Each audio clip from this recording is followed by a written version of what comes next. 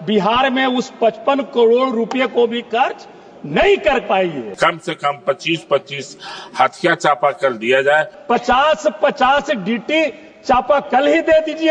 अंतर सिर्फ इतना दोनों के वक्तव्य में रहा कि तो 1 मिनट हुआ ही है भैया कि केंद्रीय टीम केंद्रीय भूजल बोर्ड CGWB को भेजा जाए। केंद्रीय टीम को बिहार में भेज करके नल जल योजना की जो स्थिति है उससे रूबरू हो। पक्ष और विपक्ष किसी एक समस्या पर अगर सेम पेज पे हो, सेम सवाल पूछ रहा हो, सेम समस्या बता रहा है और सेम निदान भी बता रहा हो। माननीय मुख्यमंत्री जी हमारे बिहार के 2016 में गए थे।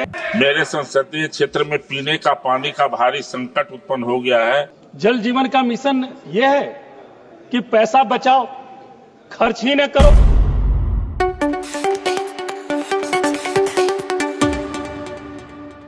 भारत सरकार की नल जल योजना के फेलियर का सवाल हो या फिर बिहार में, खास करके दक्षिण बिहार में पानी, पीने के पानी की समस्या हो, दोनों मुद्दे पर JDU और RJD एक साथ इसलिए मैं कह रहा हूं क्योंकि संसद के अंदर इसी सत्र के दौरान 10 तारीख को नालंदा के सांसद कौशलेंद्र कुमार जो कि JDU से हैं, उन्होंने समस्या उठाया कि उनके राजगीर लोकसभा क्षेत्र के अंदर किस तरह से, नालंदा लोकसभा क्षेत्र के अंदर किस तरह से पानी की समस्या, पीने की पानी की समस्या बहुत बढ़ रही है। और डिमांड उन्होंने किया कि उनके क्षेत्र में हर पंचायत में, हर ब्लॉक में कुछ हाथ से चलाने वाला नल दिया जाए, हाथ से चलाने वाला चापाकल दिया जाए। उन्होंने ऐसा डिमांड किया। और कल यानी कि 19 मार्च को फिर से उसी दक्षिण बिहार के औरंगाबाद के सांसद, RJD के सांसद अभय कुमार सिन्हा, जिसे अभय कुशवाहा भी कहते हैं, उन्होंने भी सेम डिमांड किया। उन्होंने अंतर सिर्फ इतना दोनों के वक्तव्य में रहा कि कौशलेंद्र कुमार ने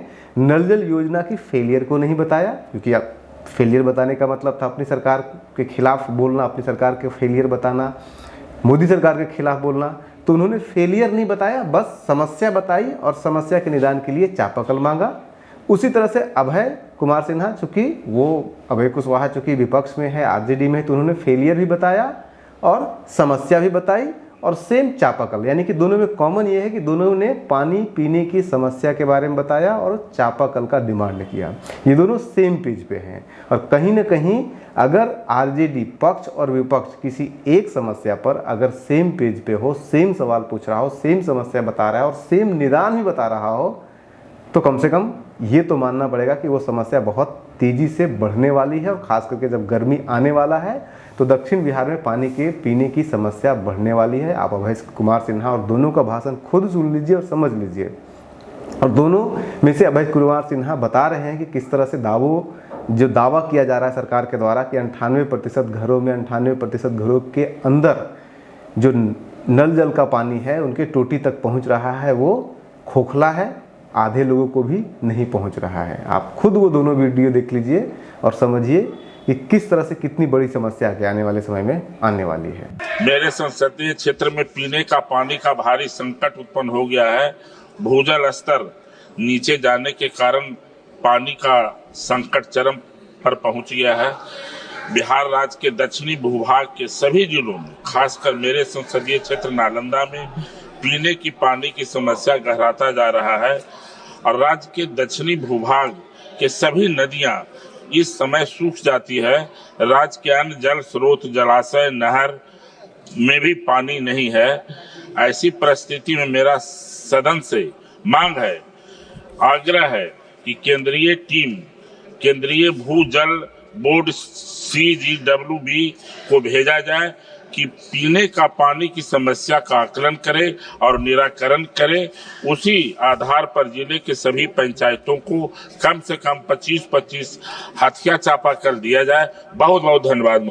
तो सरकार ये किस मिशन के तहत काम कर रही है कि पिछली बार 70,000 करोड़ जल जीवन मिशन के तहत आवंटन था, जिसमें 50,000 करोड़ रुपए बचे रह गए।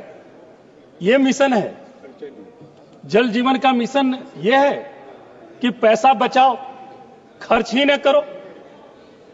महोदया, ये बड़ा दुर्भाग्य है और मैं माननीय मंत्री जी से आग्रह करना चाहूंगा, आदरणीय CR पाटिल साहब से। हम बिहार से आते हैं, 2023-24 में अभी हमारे साथी बिहार के भाई राजेश जी बोल रहे थे, अच्छी बात है। जल जीवन मिशन के तहत 2023-24 में बिहार को मात्र 55 करोड़ रुपए की शुरुआती राशि मिली थी।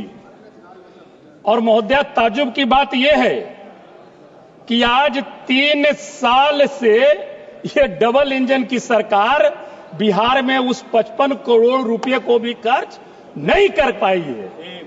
यह किस तरह का जल जीवन मिशन है? यह दुर्भाग्य है। महोदया, हम औरंगाबाद जिले से आते हैं। औरंगाबाद और गया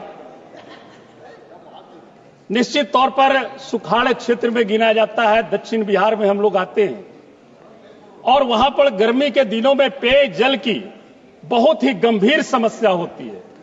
हमारा वाटर लेवल कहीं कहीं पे 250 फीट और कहीं कहीं पे 500 फीट से भी नीचे चला जाता है।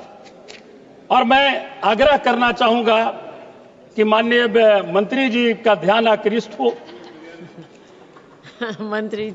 माननीय मंत्री जी का ध्यान आकृष्ट हो। महत्वपूर्ण मुद्दा है माननीय मंत्री जी। जल जीवन मिशन है, जल शक्ति मंत्रालय है आपके पास।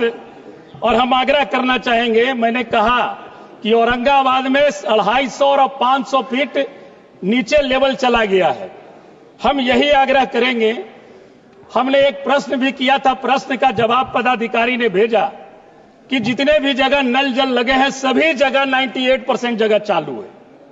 हम माननीय मंत्री जी से आग्रह करना चाहते हैं, एक केंद्रीय टीम गठित कर लें और केंद्रीय टीम को बिहार में भेज करके नल जल योजना की जो स्थिति है उससे रूबरू हो लें। कहीं पर 6-6 महीना से मोटर जली हुई है, उसके वजह से पंप बंद है। कहीं पर पाइपलाइन टूटी हुई है, उसके वजह से बंद है। यह स्थिति है माननीय महोदय। तकरीबन नल जल योजना जितने भी वार्डों में लगी है 50% वार्डों में पानी लोग नहीं पी पा रहे हैं।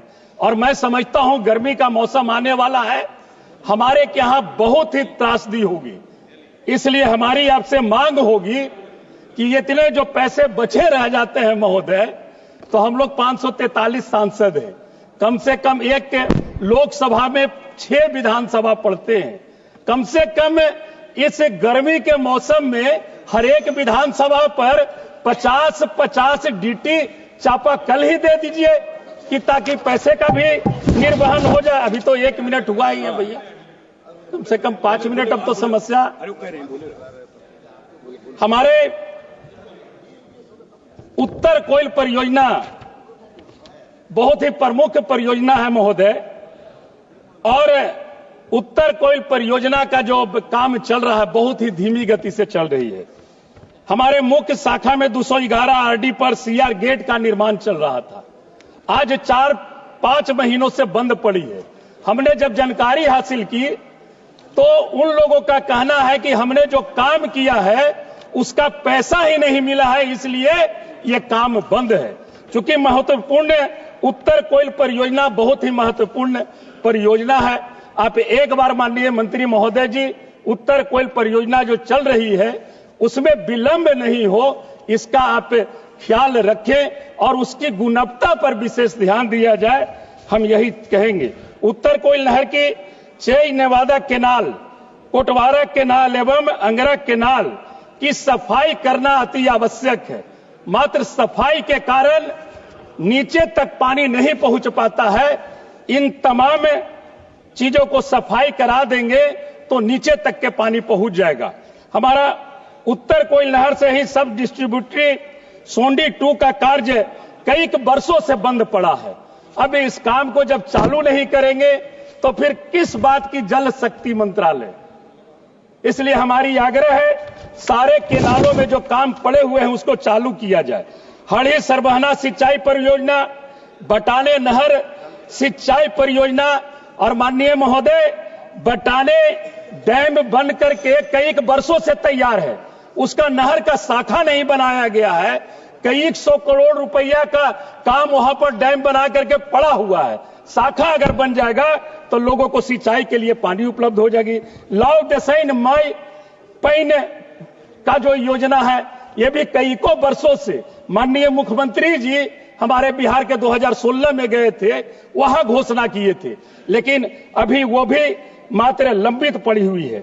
बाके बाजार प्रखंड अंतर्गत बिहरगाई पंचायत के ग्राम चौगाई टोला में अगर डैम का निर्माण हो जाएगा तो वहां पर सिंचाई भी और जल संरक्षण और सुखाड़ इलाका को बहुत ही बड़ा राहत मिलेगा। महोदय एक दो बात कह करके मैं अपनी बात को विराम दूंगा।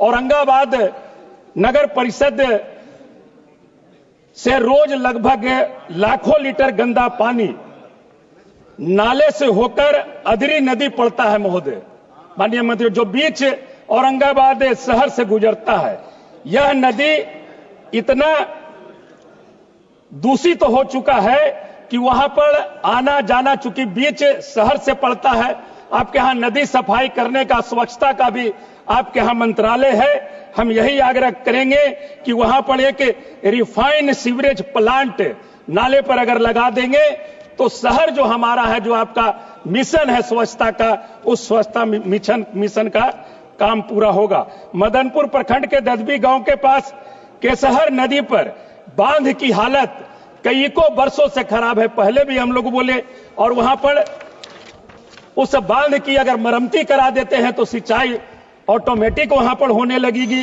सिंचाई के लिए बंद पड़े सरकारी ट्यूबवेलों को अविलंब उसको चालू कराया जाए, आवश्यकता पड़ने पर और ट्यूबवेल की व्यवस्था कराई जाए।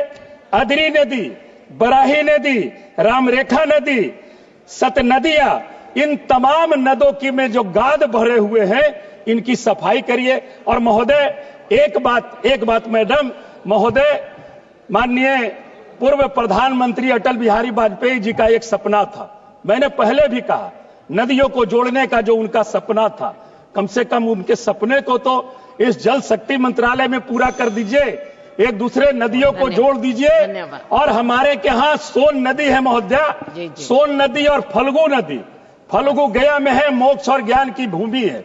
वहां पर राज्य के, देश के हरेक राज्य से मोक्ष की प्राप्ति के लिए वहां पर लोग जाते हैं, लेकिन पानी नहीं रह पाता है।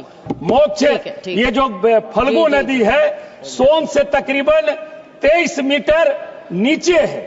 आप चाहे तो सोन से उसको गंगा जी का, सोन नहर का पानी आप फल्गु में अगर मिला दे तो सुखाड़ से भी राहत मिलेगी, सिंचाई भी होगी। आपने हमें अवसर दिया, इसके लिए बहुत बहुत धन्यवाद।